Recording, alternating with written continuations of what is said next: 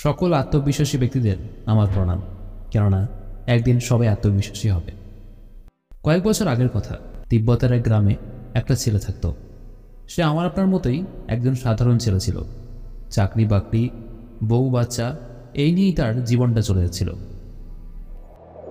কিন্তু এই শহুরে ব্যস্ত জীবনে আমাদের সবারই একটা কমন অনুভব থাকে, সেটা হচ্ছে এই পরিবারের দায়িত্ব, সমাজের চাহিদা পূরণ করতে করতে আমরা কোথাও একটা নিজেকে হারিয়ে বসি। আমরা এটা একদমই ভুলে যাই যে আমাদের ভেতরেও আমাদের মনের আওয়াজ বলে কিছু একটা আওয়াজ আছে। ছেলেটাও একদিন ঠিক এরকমই বিরক্ত হয়ে যায় তার এই জীবনের প্রতি।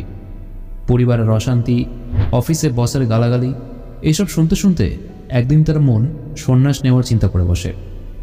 সে অনেক খুঁজে খুঁজে ওখানকার একটা তিব্বতী বৌদ্ধ মন্দিরে চলে যায় এবং সেখানে গিয়ে ওখানকার সন্ন্যাসীর সাথে দেখা করে এবং অনেক আলাপ আলোচনা করে ধ্যান নিয়ে, সন্ন্যাস নিয়ে ও আধ্যাত্মিক জগৎ নিয়ে।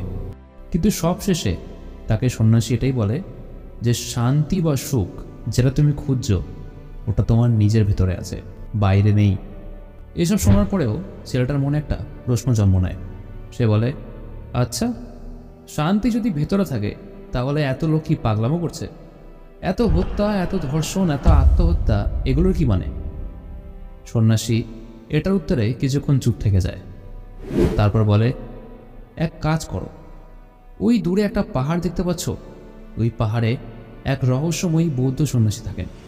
অনেক লোকের মুখে আমি শুনেছি ওনার কাছে যারাই গেছে তারাই নিজের জীবনের শান্তি পেয়েছে। কিন্তু উনি এক জায়গায় বেশিক্ষণ থাকেন না, ওই পাহাড়ের মধ্যেই ঘোরাঘুরি করেন। তোমার যদি সত্যি এত জানার ইচ্ছা থাকে তাহলে তুমি একবার যেতে পারো ওখানে, কিন্তু প্রাণের বাজি লাগাতে হবে। যে করতে পারবে তো? ছেলেটা অনেকক্ষণ ভাবে, নিজের পরিবারের কথা, এটা ওটা চিন্তা করে।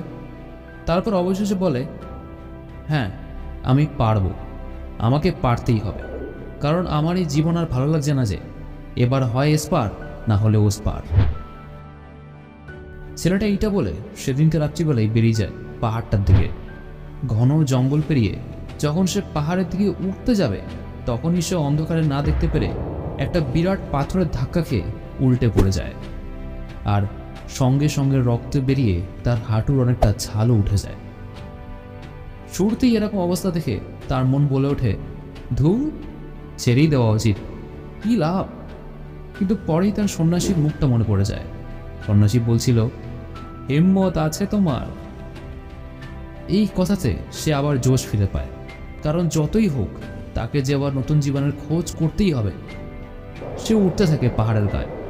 বরফের শীতল স্পর্শ তার হাঁটুর ছিঁড়ে যাওয়া চামড়ার ওপর, প্যান্টের উপর দিয়ে বারবার আঘাত করতে থাকে। কান্নায় তার চোখ দিয়ে জল বেরিয়ে যায়, কিন্তু সে থামে না, সে উঠতে থাকে এবং অবশেষে সে পাহাড়ের উপরে পৌঁছে যায়। কিন্তু পৌঁছে দেখে সেখানে একটা ছোট্ট বুদ্ধমূর্তি আর তাকে ঘিরে কয়েকজন সন্ন্যাসী ধ্যান করছে। সন্ন্যাসীদের কাছে সে জানতে চায় যে এখানে কোনো রহস্যময় সন্ন্যাসী থাকে কিনা। কিন্তু সন্ন্যাসীরা বলে, না, তিনি এখানে থাকেন না। তার খোঁজ করতে গেলে তোমাকে আরও গভীরে পাহাড়ের দিকে যেতে হবে, তবে জায়গাটা অতীব দুর্গম, আমরাই যেতে সাহস পাই না। তাহলে তুমি যাবে কিভাবে? ছেলেটা কোনো কথা না বলে একটা নমস্কার দিয়ে চলতে থাকে। এবার অনেক দূর সে চলে এসছে, কিন্তু হঠাৎ সে অনুভব করে সে যত ভেতরের দিকে যাচ্ছে অক্সিজেন যেন তত কমে আসছে। আর অত্যাধিক পায়ের রক্তক্ষরণ হওয়াতে তার জলতেষ্টাও পাচ্ছে, কিন্তু সামনে বরফ ছাড়া আর কিছুই যে নেই। সে কোনোদিনও কল্পনাও করতে পারেনি যে এরকম একটা গভীর সমস্যার মধ্যে তাকে পড়ে যেতে হবে। এইভাবে দেখতে দেখতে ভোরবেলা হয়ে যায়। চরম খিদে আর গলার ভয়ঙ্কর পিপাসা নিয়ে লোকটা একটা গুহার সামনে এসে দাঁড়ায়। কিন্তু দুর্ভাগ্যের বিষয় ছিল এই গুহাটার পরে আর যে কোথাও যাওয়ার নেই, কারণ সামনে বিশাল খাই আর এমন একটা জায়গায় সে দাঁড়িয়েছে যে ফেরারও কোনো উপায় নেই। ছেলেটা ঢুকে পড়ে গুহার ভেতরে। কেউ আছেন? কেউ আছেন? কেউ আছেন বলে সে অনেকবার চেল্লায়, কিন্তু কোনো সাড়া আসে না। এদিকে তার প্রাণ যেন ক্রমশ ক্ষীণ হয়ে আসছে। অক্সিজেন এত কমে যাচ্ছে যে আর হয়তো কয়েকটা ঘন্টা, তারপরই সব শেষ। জীবনে হয়তো এটাই দেখার ছিল, নতুন জীবন খুঁজতে গিয়ে আসল জীবনটাই যেন হাত থেকে বেরিয়ে যাচ্ছে। হয়তো এটাই ভগবানের ইচ্ছে। এইভাবে সে একটা পাথরের চাইয়ের ওপর শুয়ে পড়ে, মন থেকে সমস্ত বাসনা ছেড়ে দেয়। না তো আর এখন তার কোথাও যাওয়ার আছে, না কোনো সন্ন্যাসীর সাথে দেখা করার আছে, আর না কোনো নতুন জীবনের খোঁজ করার আছে। তার চোখে এখন সব কিছু বৃথা, সন্ন্যাসও বৃথা, সংসারও বৃথা, কোথাও সুখ নেই। এইভাবে ছেলেটা ধীরে ধীরে তার চোখটা বুঝে দেয়। কিন্তু শুয়ে পড়তেই সে আচমকা অনুভব করে যেন একটা বিরাট শান্তি তাকে ঘিরে ধরেছে। শরীর যেন তার একদম হালকা হয়ে এসছে, যেন শরীরে নেই। কোথায় পায় ব্যথা, কোথায় অক্সিজেনের সমস্যা, সে একটা যেন বিরাট সুখে বিরাজ করছে। কিন্তু এমন সুখ সে কোনোদিন কল্পনাও করতে পারেনি। সে ওই সুখী মগ্ন থাকলো ওখানে প্রায় 2 দিন ধরে। 2 দিন পর যখন সে চোখ খোলে, তখন সে সত্যি এক নতুন ব্যক্তিত্বে পরিণত হয়েছে।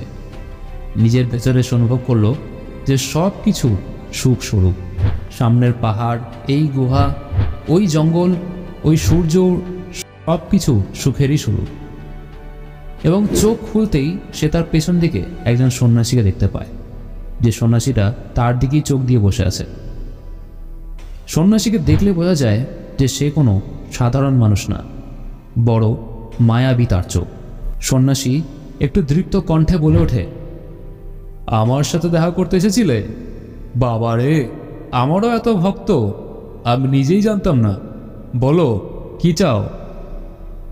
ছেলেটা বলে, কিচ্ছু চাই না, শুধু এই আনন্দে পড়ে থাকতে চাই। সন্ন্যাসীটা এটা শুনে জোরে জোরে হাসে।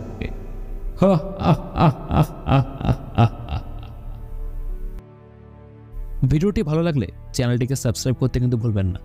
এছাড়া এরকম আরও ভিডিও দেখার জন্য যুক্ত থাকুন বোধিধম্মা চ্যানেলের সাথে। এছাড়া আপনারা চাইলে আমাদের ইনস্টাগ্রাম ও ফেসবুকে ফলো করতে পারেন। আর যেতে যেতে নিচের কমেন্ট বক্সে লিখতে বলবেন না কিন্তু। নমো বুদ্ধায়।